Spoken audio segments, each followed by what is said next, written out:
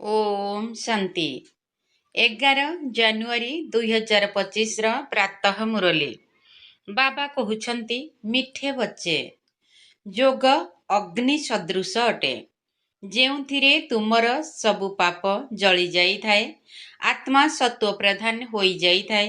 ସେଥିପାଇଁ ଏକମାତ୍ର ବାବାଙ୍କ ୟାଦରେ ଅର୍ଥାତ୍ ଯୋଗରେ ରୁହ। ଯୋଗ ଅଗ୍ନି ସଦୃଶ ଅଟେ ଯେଉଁଥିରେ ତୁମର ସବୁ ପାପ ଜଳି ଯାଇଥାଏ ଆତ୍ମା ସତ୍ୱ ପ୍ରଧାନ ହୋଇ ଯାଇଥାଏ। ସେଥିପାଇଁ ଏକମାତ୍ର ବାବାଙ୍କ ୟାଦରେ ଅର୍ଥାତ୍ ଯୋଗରେ ରୁହ।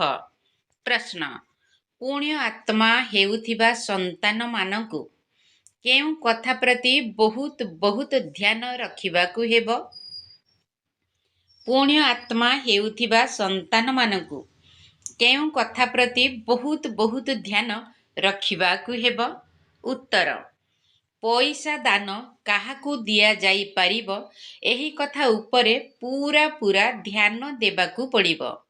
ଯଦି କାହାକୁ ପଇସା ଦେଲ ଏବଂ ସିଏ ଯାଇ ମଦ ପିଇଲା, ଖରାପ କର୍ମ କଲା, ତେବେ ତାର ପାପ ତୁମ ଉପରକୁ ଆସିଯିବ। ବର୍ତ୍ତମାନ ତୁମକୁ ପାପାତ୍ମା ମାନଙ୍କ ସହିତ ନେଣ ଦେଣ କରିବାର ନାହିଁ। ଏଠାରେ ତ ତୁମକୁ ପୁଣ୍ୟ ଆତ୍ମା ହେବାର ଅଛି। ଗୀତ, न वह हमसे जुदा होंगे न हम उनसे जुदा होंगे। ओम ଶାନ୍ତି। ଏହାକୁ କୁହାଯାଉଛି ଯୋଗର ଅଗ୍ନି। ଯୋଗ ଅଗ୍ନି ଅର୍ଥାତ୍ ୟାଦର ଅଗ୍ନି। ଅଗ୍ନି ଅକ୍ଷର କାହିଁକି କୁହାଯାଉଛି? କାହିଁକି ନା ଏଥିରେ ପାପ ଜଳି ଯାଇଥାଏ। ଏକଥା କେବଳ ତୁମେ ସନ୍ତାନମାନେ ହିଁ ଜାଣିଛ। କିପରି ଆମେ ତମଃ ପ୍ରଧାନରୁ ସତ୍ୱ ପ୍ରଧାନ ହେଉଛୁ। ସତ୍ୱ ପ୍ରଧାନର ଅର୍ଥ ହିଁ ହେଉଛି ପୁଣ୍ୟ ଆତ୍ମା ଓ ତମଃ ପ୍ରଧାନ ଅର୍ଥ ହିଁ ହେଲା ପାପ ଆତ୍ମା। କୁହାଯାଏ ମଧ୍ୟ ଇଏ ବହୁତ ପୁଣ୍ୟ ଆତ୍ମା ଏବଂ ଇଏ ବହୁତ ପାପ ଆତ୍ମା ଅଟନ୍ତି। ଏଥିରୁ ପ୍ରମାଣିତ ହେଉଛି ଆତ୍ମା ହିଁ ସତ୍ୱ ପ୍ରଧାନ ହେଉଛି, ପୁଣି ପୁନର୍ଜନ୍ମ ନେଇ ନେଇ ତମଃ ପ୍ରଧାନ ହେଉଛି। ସେଥିପାଇଁ ଏହାଙ୍କୁ ପାପ ଆତ୍ମା କୁହାଯାଉଛି। ପତିତ ପାବନ ବାବାଙ୍କୁ ମଧ୍ୟ ଏଇଥିପାଇଁ ମନେ ପକାଉଛନ୍ତି କି ଆପଣ ଆସି ଆମକୁ ପବିତ୍ର ଆତ୍ମା କରାଅ। ଆତ୍ମାକୁ ପତିତ କିଏ କରାଇଲା? ଏକଥା କେହି ଜାଣି ନାହାନ୍ତି। ତୁମେ ଜାଣିଛ। ଯେତେବେଳେ ପବିତ୍ର ଆତ୍ମା ଥିଲେ ସେତେବେଳେ ତାହାକୁ ରାମରାଜ୍ୟ କୁହାଯାଉଥିଲା। ଏବେ ପତିତ ଆତ୍ମା ହୋଇଯାଇଛନ୍ତି, ସେଥିପାଇଁ ଏହାକୁ ରାବଣ ରାଜ୍ୟ କୁହାଯାଉଛି। ଭାରତ ହିଁ ପବିତ୍ର, ପୁଣି ଭାରତ ହିଁ ପତିତ ହୋଇଥାଏ। ବାବା ହିଁ ଆସି ଭାରତକୁ ପବିତ୍ର କରାଇଥାନ୍ତି। ବାକି ସବୁ ଆତ୍ମାମାନେ ପବିତ୍ର ହୋଇ ଶାନ୍ତିଧାମକୁ ଚାଲି ଯାଇଥାନ୍ତି। ବର୍ତ୍ତମାନ ହେଉଛି ଦୁଃଖଧାମ। ଏତେ ସହଜ କଥା ମଧ୍ୟ କାହାର ବୁଦ୍ଧିରେ ରହୁନାହିଁ। ଯେବେ ହୃଦୟର ସହିତ ବୁଝିବେ ସେତେବେଳେ ପ୍ରକୃତ ବ୍ରାହ୍ମଣ ହେବେ। ବ୍ରାହ୍ମଣ ନହେଲେ ବାବାଙ୍କଠାରୁ ସମ୍ପତ୍ତି ମିଳିପାରିବ ନାହିଁ। ବର୍ତ୍ତମାନ ଏହା ହେଉଛି ସଙ୍ଗମ ଯୁଗର ଯଜ୍ଞ। ଯଜ୍ଞ ନିମନ୍ତେ ବ୍ରାହ୍ମଣ ତ ନିଶ୍ଚୟ ଆବଶ୍ୟକ। ଏବେ ତୁମେ ବ୍ରାହ୍ମଣ ହୋଇଛ। ତୁମେ ଜାଣିଛ ମୃତ୍ୟୁ ଲୋକର ଏହା ଅନ୍ତିମ ଯଜ୍ଞ ଅଟେ। ମୃତ୍ୟୁ ଲୋକରେ ହିଁ ଯଜ୍ଞ ହୋଇଥାଏ। ଅମର ଲୋକରେ କୌଣସି ଯଜ୍ଞ ହୋଇନଥାଏ। ଭକ୍ତମାନଙ୍କର ବୁଦ୍ଧିରେ ଏକଥା ପଶିବ ନାହିଁ। ଭକ୍ତି ବିଲକୁଲ ଅଲଗା ମାର୍ଗ ଏବଂ ଜ୍ଞାନ ଅଲଗା ମାର୍ଗ ଅଟେ। ମନୁଷ୍ୟ ପୁଣି ବେଦ ଶାସ୍ତ୍ର ଗୁଡ଼ିକୁ ହିଁ ଜ୍ଞାନ ବୋଲି ଭାବି ନେଇଛନ୍ତି।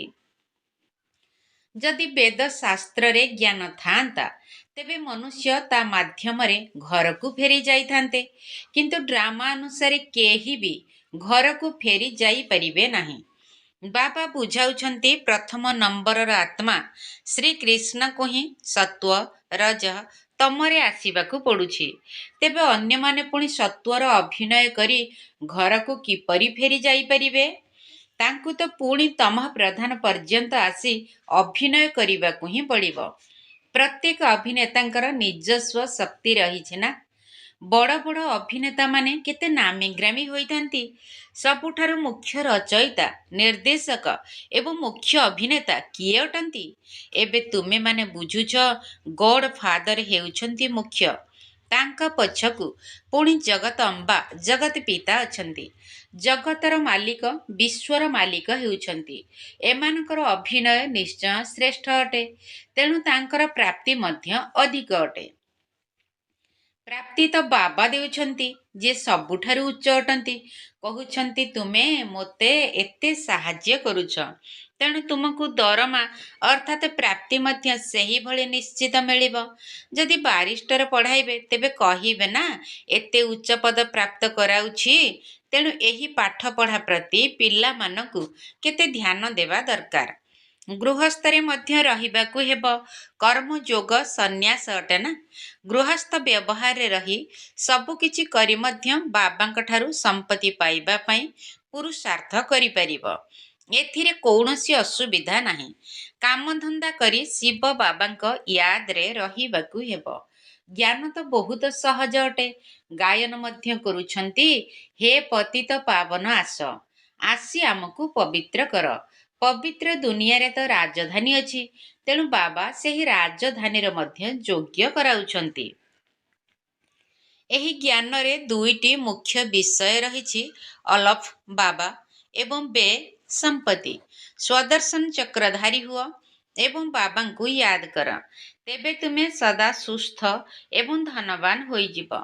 ବାବା କହୁଛନ୍ତି ମୋତେ ସେଠାରେ ଅର୍ଥାତ୍ ପରମ ଧାମରେ ୟାଦ କର। ଘରକୁ ମଧ୍ୟ ମନେ ପକାଅ। ମୋତେ ମନେ ପକାଇଲେ ତୁମେ ଘରକୁ ଯାଇପାରିବ। ସ୍ୱଦର୍ଶନ ଚକ୍ରଧାରୀ ହେଲେ ତୁମେ ଚକ୍ରବର୍ତ୍ତୀ ରାଜା ହେବ। ଏହି କଥା ବୁଦ୍ଧିରେ ଭଲ ରୂପେ ରହିବା ଦରକାର। ବର୍ତ୍ତମାନ ତ ସମସ୍ତେ ତମ ପ୍ରଧାନ ଅଟନ୍ତି। ସୁଖ ଧାମରେ ସୁଖ, ଶାନ୍ତି, ସମ୍ପତ୍ତି ସବୁ ମିଳିଥାଏ। ସେଠାରେ ଗୋଟିଏ ଧର୍ମ ରହିଥାଏ। ଏବେ ତ ଦେଖ ଘରେ ଘରେ କେତେ ଅଶାନ୍ତି ରହିଛି। ଦେଖ ଛାତ୍ରମାନେ କେତେ ହଙ୍ଗାମା କରୁଛନ୍ତି, ନିଜର ଗରମ ରକ୍ତ ଦେଖାଉଛନ୍ତି। ଏହା ହେଉଛି ତମ ପ୍ରଧାନ ଦୁନିଆ। ସତ୍ୟ ଯୁଗ ହେଲା ନୂଆ ଦୁନିଆ। ବାବା ସଙ୍ଗମରେ ହିଁ ଆସିଛନ୍ତି। ମହାଭାରତ ଲଢ଼େଇ ମଧ୍ୟ ସଙ୍ଗମର ହିଁ ଅଟେ। ଏବେ ଏହି ଦୁନିଆ ବଦଳିବ। ବାବା ମଧ୍ୟ କହୁଛନ୍ତି ମୁଁ ନୂଆ ଦୁନିଆର ସ୍ଥାପନା କରିବା ପାଇଁ ସଙ୍ଗମରେ ଆସୁଛି। ଏହାକୁ ହିଁ ପୁରୁଷୋତ୍ତମ ସଙ୍ଗମ ଯୁଗ କହୁଛନ୍ତି। ପୁରୁଷୋତ୍ତମ ମାସ, ପୁରୁଷୋତ୍ତମ ସମ୍ବନ୍ତ ବର୍ଷ ମଧ୍ୟ ପାଳନ କରୁଛନ୍ତି।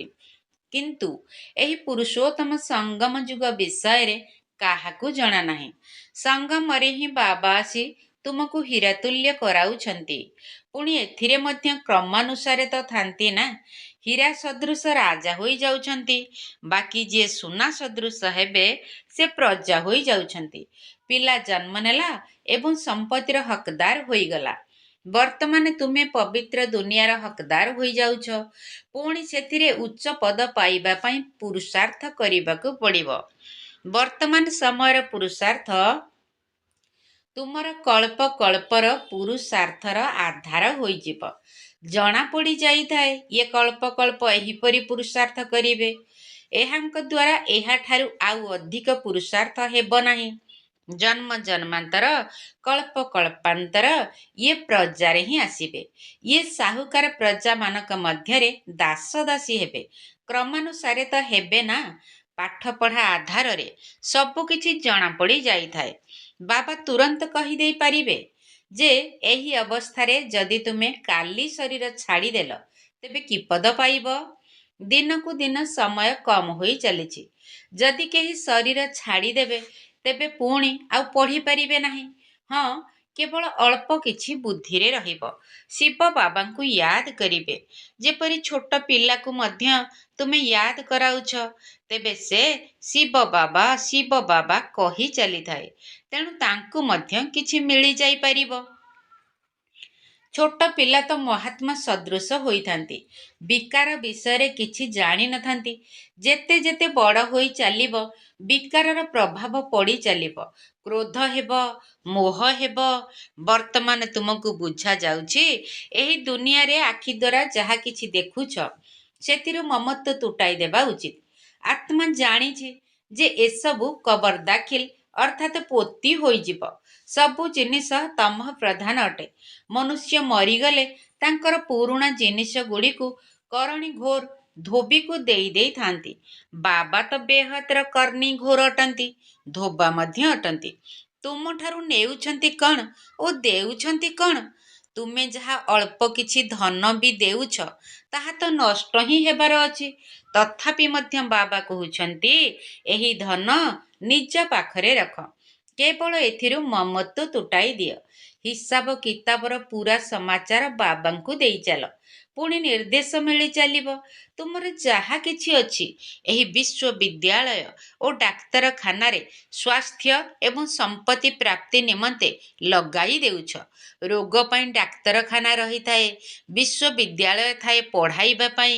ଏଠାରେ ତ କଲେଜ ଏବଂ ଡାକ୍ତରଖାନା ଉଭୟ ଏକତ୍ର ରହିଛି। ଏଥିପାଇଁ ତ କେବଳ 3 ପାଦ ଭୂମି ଆବଶ୍ୟକ। ବାସ୍, ଯାହାଙ୍କ ପାଖରେ ଆଉ କିଛି ନାହିଁ ସେ କେବଳ 3 ପାଦ ଜାଗା ଦେଇ ଦିଅନ୍ତୁ, ସେଠାରେ କ୍ଲାସ୍ ଆରମ୍ଭ କରିଦିଅନ୍ତୁ। 3 ପାଦ ପୃଥିବୀ, ତାହା ତ କେବଳ ବସିବା ପାଇଁ ଜାଗା ହେଲା ନା। 3 ପାଦର ହିଁ ଆସନ ହୋଇଥାଏ। 3 ପାଦ ପୃଥିବୀକୁ ଅର୍ଥାତ୍ ସେବା କେନ୍ଦ୍ରକୁ କେହି ବି ଆସିଲେ ଭଲ ଭାବରେ ବୁଝିକରି ଯାଇପାରିବେ। କେହି ଆସିଲେ ଆସନରେ ବସାଇ ବାବାଙ୍କ ପରିଚୟ ଦିଅ। ବ୍ୟାଜ୍ ମଧ୍ୟ ବହୁତ ତିଆରି କରୁଛି ସେବା ନିମନ୍ତେ। ଏହା ବହୁତ ସାଧାରଣ ଅଟେ। ଭଲ ଚିତ୍ର ମଧ୍ୟ ରହିଛି, ସମ୍ପୂର୍ଣ୍ଣ ରୂପେ ମଧ୍ୟ ଲେଖାଯାଇଛି। ଏହାଦ୍ୱାରା ତୁମର ବହୁତ ସେବା ହେବ। ଦିନକୁ ଦିନ ଯେତେ ବିପଦ ଆସି ଚାଲିବ, ସେତେ ମନୁଷ୍ୟମାନଙ୍କର ମଧ୍ୟ ବୈରାଗ୍ୟ ଆସିବ ଏବଂ ବାବାଙ୍କୁ ୟାଦ କରିବାରେ ଲାଗି ପଡ଼ିବେ। ମୁଁ ଆତ୍ମା ଅବିନାଶୀ ଅଟେ, ନିଜର ଅବିନାଶୀ ବାବାଙ୍କୁ ୟାଦ କରିବି। ବାବା ନିଜେ କହୁଛନ୍ତି, ମୋତେ ୟାଦ କଲେ ତୁମର ଜନ୍ମ ଜନ୍ମାନ୍ତରର ପାପ ସମାପ୍ତ ହୋଇଯିବ। ନିଜକୁ ଆତ୍ମା ନିଶ୍ଚୟ କରି ବାବାଙ୍କ ପ୍ରତି ପୁରା ସ୍ନେହ ରଖିବାକୁ ହେବ। ଦେହ ଅଭିମାନୀ ହୁଅ ନାହିଁ। ହଁ, ପିଲାମାନଙ୍କ ପ୍ରତି ବାହ୍ୟ ସ୍ନେହ ଭଲେ ରଖ, କିନ୍ତୁ ଆତ୍ମାର ପ୍ରକୃତ ସ୍ନେହ ରୁହାନୀ ବାବାଙ୍କ ପ୍ରତି ରହୁ। ତାଙ୍କର ୟାଦ ଦ୍ୱାରା ହିଁ ବିକର୍ମ ବିନାଶ ହେବ। ମିତ୍ର ସମ୍ବନ୍ଧୀ ପିଲାମାନଙ୍କୁ ଦେଖି ମଧ୍ୟ ବୁଦ୍ଧି ବାବାଙ୍କ ୟାଦରେ ଲଟକି ରହିଥାଉ। ତୁମେ ପିଲାମାନେ ଯେପରି ୟାଦର ଫାଶୀରେ ଲଟକି ରହିଛ, ଆତ୍ମାକୁ ନିଜର ପିତା ପରମାତ୍ମାକୁ ହିଁ ୟାଦ କରିବାକୁ ପଡ଼ିବ। ବୁଦ୍ଧି ଉପରେ ଲଟକି ରହୁ। ବାବାଙ୍କ ଘର ମଧ୍ୟ ଉପରେ ନା। ମୂଳ ବତନ, ସୂକ୍ଷ୍ମ ବତନ ଏବଂ ଏହା ହେଉଛି ସ୍ଥୂଳ ବତନ। ଏବେ ପୁଣି ଘରକୁ ଫେରିଯିବାକୁ ହେବ। ଏବେ ତୁମର ଯାତ୍ରା ପୁରା ହେଲା। ତୁମେ ଏବେ ଯାତ୍ରାରୁ ଫେରୁଛ, ତେଣୁ ନିଜର ଘର ପ୍ରିୟ ଲାଗୁଛି। ତାହା ହେଉଛି ବେହଦର ଘର। ନିଜର ଘରକୁ ଫେରିବାକୁ ହେବ। ମନୁଷ୍ୟ ଭକ୍ତି କରିଥାନ୍ତି ଘରକୁ ଯିବା ପାଇଁ, କିନ୍ତୁ ଜ୍ଞାନ ପୁରା ନଥିବାରୁ ଘରକୁ ଯାଇପାରିବେ ନାହିଁ। ଭଗବାନଙ୍କ ପାଖକୁ ଯିବା ପାଇଁ ଅଥବା ନିର୍ବାଣ ଧାମକୁ ଯିବା ପାଇଁ କେତେ ତୀର୍ଥ ଯାତ୍ରା ଆଦି କରୁଛନ୍ତି, ପରିଶ୍ରମ କରୁଛନ୍ତି। ସନ୍ନ୍ୟାସୀମାନେ କେବଳ ଶାନ୍ତିର ରାସ୍ତା ହିଁ ବତାଇଥାନ୍ତି। ସୁଖଧାମକୁ ତ ଜାଣି ହିଁ ନାହାନ୍ତି। ସୁଖଧାମର ରାସ୍ତା କେବଳ ବାବା ହିଁ ବତାଉଛନ୍ତି। ପ୍ରଥମେ ନିଶ୍ଚୟ ନିର୍ବାଣ ଧାମ ବାନପ୍ରସ୍ଥକୁ ଯିବାକୁ ହେବ, ଯାହାକୁ ବ୍ରହ୍ମାଣ୍ଡ ମଧ୍ୟ କୁହାଯାଏ। ସେମାନେ ପୁଣି ବ୍ରହ୍ମକୁ ଅର୍ଥାତ୍ ଘରକୁ ଈଶ୍ୱର ଭାବି ବସିଛନ୍ତି। ମୁଁ ଆତ୍ମା ବିନ୍ଦୁ ଅଟେ। ବ୍ରହ୍ମାଣ୍ଡ ଆମର ରହିବାର ସ୍ଥାନ ଅଟେ। ତୁମର ବି ତ ପୂଜା ହେଉଛି ନା, ତେବେ ବିନ୍ଦୁର ପୂଜା କେମିତି କରିବେ? ଯେତେବେଳେ ପୂଜା କରୁଛନ୍ତି ସେତେବେଳେ ଶାଳଗ୍ରାମ ତିଆରି କରି ଗୋଟିଏ ଗୋଟିଏ ଆତ୍ମାର ପୂଜା କରିଥାନ୍ତି। ବିନ୍ଦୁର ପୂଜା କିପରି ହେବ? ସେଥିପାଇଁ ବଡ଼ ବଡ଼ ଶାଳଗ୍ରାମ ତିଆରି କରିଥାନ୍ତି। ବାବାଙ୍କର ତ ନିଜର ଶରୀର ନାହିଁ, ଏହି କଥା ବର୍ତ୍ତମାନ ତୁମେମାନେ ଜାଣୁଛ। ଚିତ୍ରରେ ମଧ୍ୟ ତୁମକୁ ବଡ଼ ରୂପ ଦେଖାଇବାକୁ ହେବ। ବିନ୍ଦୁକୁ କିପରି ବୁଝିବେ? ଏମିତି ତ ତାରକା ସଦୃଶ ଚିତ୍ର କରିବା ଉଚିତ। ଏହିପରି ତାରା ଭଳି ତିଳକ ମଧ୍ୟ ବହୁତ ମାତାମାନେ ଲଗାଇଥାନ୍ତି। ଧଳା ରଙ୍ଗରେ ତିଳକ ମଧ୍ୟ ତିଆରି ହୋଇ ମିଳିଥାଏ। ଆତ୍ମା ମଧ୍ୟ ଧଳା ଅଟେ ନା, ତାରକା ସଦୃଶ। ଏହି ବିନ୍ଦୁ ମଧ୍ୟ ଏକ ପ୍ରତୀକ ଅଟେ।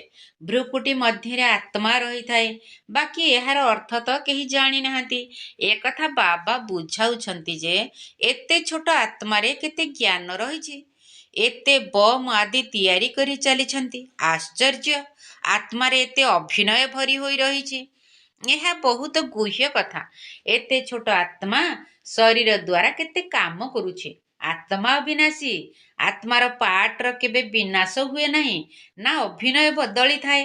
ଏବେ ବୃକ୍ଷ ବହୁତ ବଡ଼ ହୋଇଗଲାଣି, ଅର୍ଥାତ୍ ଜନସଂଖ୍ୟା ବଢ଼ିଗଲାଣି। ସତ୍ୟ ଯୁଗରେ ବୃକ୍ଷ କେତେ ଛୋଟ ହୋଇଥାଏ, ପୁରୁଣା ତ ହୁଏ ନାହିଁ। ପବିତ୍ର ଛୋଟ ବୃକ୍ଷର କଲମୀ ଏବେ ଲାଗୁଛି। ତୁମେ ପତିତ ହୋଇଥିଲ, ଏବେ ପୁଣି ପବିତ୍ର ହେଉଛ। ଛୋଟ ଆତ୍ମାରେ କେତେ ପାର୍ଟ ଭରି ହୋଇ ରହିଛି। ଏହା ପ୍ରକୃତିର ବିଚିତ୍ରତା ଅଟେ। ଆତ୍ମା ଅବିନାଶୀ ଅଭିନୟ କରି ଚାଲିଛି, ଏହା କେବେ ବନ୍ଦ ହୁଏ ନାହିଁ। ଆତ୍ମା ଅବିନାଶୀ ଜିନିଷ ଅଟେ, ସେଥିରେ ଅବିନାଶୀ ଅଭିନୟ ଭରି ହୋଇ ରହିଛି। ଏହା ଆଶ୍ଚର୍ଯ୍ୟ ଅଟେ ନା? ବାବା ବୁଝାଉଛନ୍ତି, ପିଲାମାନେ, ତୁମକୁ ଦେହୀ ଅଭିମାନୀ ହେବାକୁ ପଡ଼ିବ। ନିଜକୁ ଆତ୍ମା ଭାବି ବାବାଙ୍କୁ ୟାଦ କର। ଏହିଥିରେ ହିଁ ମେହନତ କରିବାକୁ ପଡ଼ୁଛି। ଅଧିକ ଅଭିନୟ ତୁମର ରହିଛି। ବାବାଙ୍କର ଏତେ ଅଭିନୟ ନାହିଁ ଯେତେ ତୁମର ଅଛି। ବାବା କହୁଛନ୍ତି, ତୁମେ ସ୍ୱର୍ଗରେ ସୁଖୀ ହୋଇଗଲେ ମୁଁ ବିଶ୍ରାମ କରୁଛି।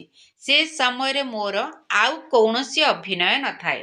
ବର୍ତ୍ତମାନ ସମୟରେ ଏତେ ସେବା କରୁଛି ନା, ଏହି ଜ୍ଞାନ ଏତେ ଆଶ୍ଚର୍ଯ୍ୟଜନକ, ଯାହାକି ତୁମ ବିନା ଆଉ କେହି ଟିକିଏ ବି ଜାଣିନାହାନ୍ତି। ବାବାଙ୍କ ୟାଦରେ ନ ରହିଲେ ଧାରଣା ମଧ୍ୟ ହେବ ନାହିଁ। ଖାଦ୍ୟ ପାନୀୟ ଆଦିରେ ଫରକ ପଡ଼ିବା ଦ୍ୱାରା ଧାରଣାରେ ମଧ୍ୟ ଫରକ ପଡ଼ିଯାଇଥାଏ। ଏଥିରେ ପବିତ୍ରତା ବହୁତ ଆବଶ୍ୟକ। ବାବାଙ୍କୁ ୟାଦ କରିବା ବହୁତ ସହଜ ଅଟେ। ବାବାଙ୍କୁ ୟାଦ କରିବାକୁ ହେବ ଏବଂ ବର୍ଷା ପାଇବାକୁ ହେବ। ସେଥିପାଇଁ ବାବା କହୁଛନ୍ତି, ତୁମେ ନିଜ ପାଖରେ ମଧ୍ୟ ଚିତ୍ର ରଖ। ଯୋଗର ଏବଂ ବର୍ଷା ଅର୍ଥାତ୍ ଲକ୍ଷ୍ମୀ ନାରାୟଣଙ୍କର ଚିତ୍ର ତିଆରି କରି ରଖ। ତେବେ ନିଶା ରହିବ। ମୁଁ ବ୍ରାହ୍ମଣରୁ ଦେବତା ହେଉଛି, ପୁଣି ଦେବତାରୁ କ୍ଷତ୍ରିୟ ହେବି। ବ୍ରାହ୍ମଣ ହେଉଛନ୍ତି ପୁରୁଷୋତ୍ତମ ସଙ୍ଗମ ଯୋଗୀ। ତୁମେ ପୁରୁଷୋତ୍ତମ ହେଉଛ ନା? ମନୁଷ୍ୟମାନଙ୍କୁ ଏହି କଥା ବୁଝାଇବା ପାଇଁ କେତେ ମେହନତ କରିବାକୁ ପଡ଼ୁଛି। ଦିନକୁ ଦିନ ଯେତେ ଯେତେ ଜ୍ଞାନକୁ ବୁଝିବେ ସେତେ ଖୁସି ମଧ୍ୟ ବଢ଼ିବ। ତୁମେ ସନ୍ତାନମାନେ ଜାଣିଛ, ବାବା ଆମର ବହୁତ କଲ୍ୟାଣ କରୁଛନ୍ତି। କଳ୍ପ କଳ୍ପ ଆମର ଉନ୍ନତିର କଳା ହୋଇଥାଏ। ଏଠାରେ ରହିଥିବାରୁ ଶରୀର ନିର୍ବାହ ଅର୍ଥେ ସବୁ କିଛି କରିବାକୁ ପଡ଼ୁଛି। ବୁଦ୍ଧିରେ ରହୁ ଯେ ଆମେ ଶିବ ବାବାଙ୍କ ଭଣ୍ଡାରରୁ ଖାଉଛୁ। ଶିବ ବାବାଙ୍କୁ ୟାଦ କଲେ କାଳକଣ୍ଟକ ଦୂର ହୋଇଯିବ। ପୁଣି ଆତ୍ମା ଏହି ପୁରୁଣା ଶରୀର ଛାଡ଼ି ଚାଲିଯିବ। ପିଲାମାନେ ବୁଝୁଛନ୍ତି, ବାବା କାହାଠାରୁ କିଛି ବି ନେଉନାହାନ୍ତି। ସେ ତ ନିଜେ ଦାତା ଅଟନ୍ତି। ବାବା କହୁଛନ୍ତି, ମୋର ଶ୍ରୀମତରେ ଚାଲ। ତୁମର କାହାକୁ ପଇସା ଦାନ କରିବା ଉଚିତ, ଏହି କଥା ଉପରେ ପୁରା ଧ୍ୟାନ ଦେବାକୁ ପଡ଼ିବ। ଯଦି କାହାକୁ ପଇସା ଦେଲ ଏବଂ ସେ ଯାଇ ମଦ୍ୟପାନ କଲେ, ଖରାପ କାର୍ଯ୍ୟ କଲେ, ତେବେ ତାର ପାପ ତୁମ ଉପରକୁ ଆସିଯିବ। ପାପ ଆତ୍ମାମାନଙ୍କ ସହିତ ନେଣ ଦେଣ କରି ପାପ ଆତ୍ମା ହୋଇ ଯାଉଛନ୍ତି। କେତେ ଫରକ ରହିଛି। ପାପ ଆତ୍ମାଙ୍କ ସହିତ ନେଣ ଦେଣ କରି ପାପ ଆତ୍ମା ହୋଇଯାଉଛନ୍ତି। ଏଠାରେ ତ ତୁମକୁ ପୁଣ୍ୟ ଆତ୍ମା ହେବାର ଅଛି। ସେଥିପାଇଁ ପାପ ଆତ୍ମାଙ୍କ ସହିତ ଆଦାନ ପ୍ରଦାନ କର ନାହିଁ। ବାବା କହୁଛନ୍ତି, କାହାକୁ ବି ଦୁଃଖ ଦିଅ ନାହିଁ, କାହା ପ୍ରତି ମୋହ ରଖ ନାହିଁ। ବାବା ମଧ୍ୟ ସାକାରୀନ ହୋଇ ଆସୁଛନ୍ତି, ଅର୍ଥାତ୍ ମିଠା ସୁଖ ଦେବା ପାଇଁ ଆସୁଛନ୍ତି। ପୁରୁଣା ଅବଗୁଣ ନେଇ ଦେଖ କେତେ ଶୁଦ୍ଧ ଦେଉଛନ୍ତି। ବହୁତ ଅଧିକ ଶୁଦ୍ଧ ମିଳୁଛି। କେତେ ଭୋଳା ଅଟନ୍ତି। 2 ମୁଠା ବଦଳରେ ମହଲ ଦେଇ ଦେଉଛନ୍ତି। ଆଚ୍ଛା, ମିଠା ମିଠା ଶିଖିଲ ଧେ ସନ୍ତାନମାନଙ୍କ ପ୍ରତି ମାତା ପିତା ବାପ ଦାଦାଙ୍କର ମଧୁର ସ୍ନେହ ସମ୍ପନ୍ନ ଶୁଭେଚ୍ଛା ଏବଂ ସୁପ୍ରଭାତ। ଆତ୍ମିକ ପିତାଙ୍କର ଆତ୍ମିକ ସନ୍ତାନମାନଙ୍କୁ ନମସ୍ତେ। ଆମ ଆତ୍ମିକ ସନ୍ତାନମାନଙ୍କର ଆତ୍ମିକ ବାପ ଦାଦାଙ୍କୁ ନମସ୍ତେ, ନମସ୍ତେ, ନମସ୍ତେ ଏବଂ ସୁପ୍ରଭାତ। ଧାରଣା ପାଇଁ ମୁଖ୍ୟ ସାର। ପ୍ରଥମ ପଏଣ୍ଟ, ଏବେ ତୁମର ଯାତ୍ରା ସମାପ୍ତ ହେଲା। ତୁମକୁ ନିଜ ଘରକୁ ଫେରିବାକୁ ହେବ। ତେଣୁ ଏହି ପୁରୁଣା ଦୁନିଆ ପ୍ରତି ବେହଦର ବୈରାଗ୍ୟ ରଖି ବୁଦ୍ଧି ଯୋଗ ବାବାଙ୍କ ସ୍ମୃତିରେ ଉପରେ ସ୍ଥିର ରଖିବାକୁ ହେବ। ଏବେ ତୁମର ଯାତ୍ରା ସମାପ୍ତ ହେଲା। ତୁମକୁ ନିଜ ଘରକୁ ଫେରିବାକୁ ହେବ। ତେଣୁ ଏହି ପୁରୁଣା ଦୁନିଆ ପ୍ରତି ବେହଦର ବୈରାଗ୍ୟ ରଖି ବୁଦ୍ଧି ଯୋଗ ବାବାଙ୍କ ସ୍ମୃତିରେ ଉପରେ ସ୍ଥିର ରଖିବାକୁ ହେବ। ଦ୍ୱିତୀୟ ପଏଣ୍ଟ, ସଙ୍ଗମ ଯୁଗରେ ବାବା ଯେଉଁ ଯଜ୍ଞ ରଚନା କରିଛନ୍ତି, ସେହି ଯଜ୍ଞର ରକ୍ଷା କରିବା ପାଇଁ ସଚ୍ଚା ପବିତ୍ର ବ୍ରାହ୍ମଣ ହେବାକୁ ପଡ଼ିବ। କର୍ମଧନ୍ଦା ଆଦି କରି ମଧ୍ୟ ବାବାଙ୍କର ୟାଦରେ ରହିବାକୁ ହେବ। ସଙ୍ଗମ ଯୁଗରେ ବାବା ଯେଉଁ ଯଜ୍ଞ ରଚନା କରିଛନ୍ତି, ସେହି ଯଜ୍ଞର ରକ୍ଷା କରିବା ପାଇଁ ସଚ୍ଚା ପବିତ୍ର ବ୍ରାହ୍ମଣ ହେବାକୁ ପଡ଼ିବ। କର୍ମଧନ୍ଦା ଆଦି କରି ମଧ୍ୟ ବାବାଙ୍କର ୟାଦରେ ରହିବାକୁ ହେବ। ବରଦାନ: ଆଦି ରତ୍ନର ସ୍ମୃତି ଦ୍ୱାରା ନିଜର ଜୀବନର ମୂଲ୍ୟକୁ ଜାଣିପାରୁଥିବା ସଦା ସମର୍ଥ ଆତ୍ମା ଭବ। ଆଦି ରତ୍ନର ସ୍ମୃତି ଦ୍ୱାରା ନିଜର ଜୀବନର ମୂଲ୍ୟକୁ ଜାଣିପାରୁଥିବା ସଦା ସମର୍ଥ ଆତ୍ମା ଭବ। ଯେପରି ବ୍ରହ୍ମା ବାବା ଆଦି ଦେବ ଅଟନ୍ତି, ସେହିପରି ବ୍ରହ୍ମା କୁମାର କୁମାରୀମାନେ ମଧ୍ୟ ଆଦି ରତ୍ନ ଅଟନ୍ତି। ଆଦି ଦେବଙ୍କର ସନ୍ତାନ ମାଷ୍ଟର ଆଦି ଦେବ ଅଟନ୍ତି। ନିଜକୁ ଆଦି ରତ୍ନ ଭାବିବା ଦ୍ୱାରା ହିଁ ନିଜର ଜୀବନର ମୂଲ୍ୟକୁ ଜାଣିପାରିବ। କାହିଁକି ନା ଆଦି ରତ୍ନ ଅର୍ଥାତ୍ ପ୍ରଭୁଙ୍କର ରତ୍ନ ବା ଈଶ୍ୱରୀୟ ରତ୍ନ, ତେଣୁ କେତେ ମୂଲ୍ୟ ବଢ଼ିଗଲା। ସେଥିପାଇଁ ନିଜକୁ ସର୍ବଦା ଆଦି ଦେବଙ୍କର ସନ୍ତାନ ମାଷ୍ଟର ଆଦି ଦେବ, ଆଦି ରତ୍ନ ମନେକରି ସବୁ କାର୍ଯ୍ୟ କର। ତାହା ହେଲେ ସମର୍ଥ ଭବର ବରଦାନ ମିଳିଯିବ। କିଛି ବି ବ୍ୟର୍ଥରେ ନଷ୍ଟ ହୋଇପାରିବ ନାହିଁ। ସ୍ଲୋଗାନ: ଜ୍ଞାନୀ ତ ଆତ୍ମା ତାଙ୍କୁ କୁହାଯିବ, ଯେଉଁମାନେ ଧୋକା ଖାଇବା ପୂର୍ବରୁ ପରଖି ନେଇ ନିଜକୁ ସୁରକ୍ଷିତ କରିଦିଅନ୍ତି। ଜ୍ଞାନୀ ତ ଆତ୍ମା ତାଙ୍କୁ କୁହାଯିବ, ଯେଉଁମାନେ ଧୋକା ଖାଇବା ପୂର୍ବରୁ ପରଖି ନେଇ ନିଜକୁ ସୁରକ୍ଷିତ କରିଦିଅନ୍ତି। ନିଜର ଶକ୍ତିଶାଳୀ ସଂକଳ୍ପ ଦ୍ୱାରା ସୂକ୍ଷ୍ମ ଶକ୍ତି ପ୍ରଦାନ କରିବାର ସେବା କର।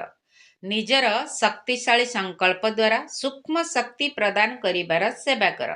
ଆଜିର ଅବ୍ୟକ୍ତ ଇଶାରା: ଏବେ ସେବା କ୍ଷେତ୍ରରେ ସୂକ୍ଷ୍ମ ଶକ୍ତିର ପ୍ରୟୋଗ କରି ସମସ୍ତଙ୍କର ବୁଦ୍ଧିକୁ ପରିବର୍ତ୍ତନ କରିବାର ସେବାକୁ ଯୋଡ଼ି ଦିଅ। ତାପରେ ଦେଖିବ ସଫଳତା ତୁମ ନିକଟରେ ଆପେ ଆପେ ନତମସ୍ତକ ହୋଇଯିବ।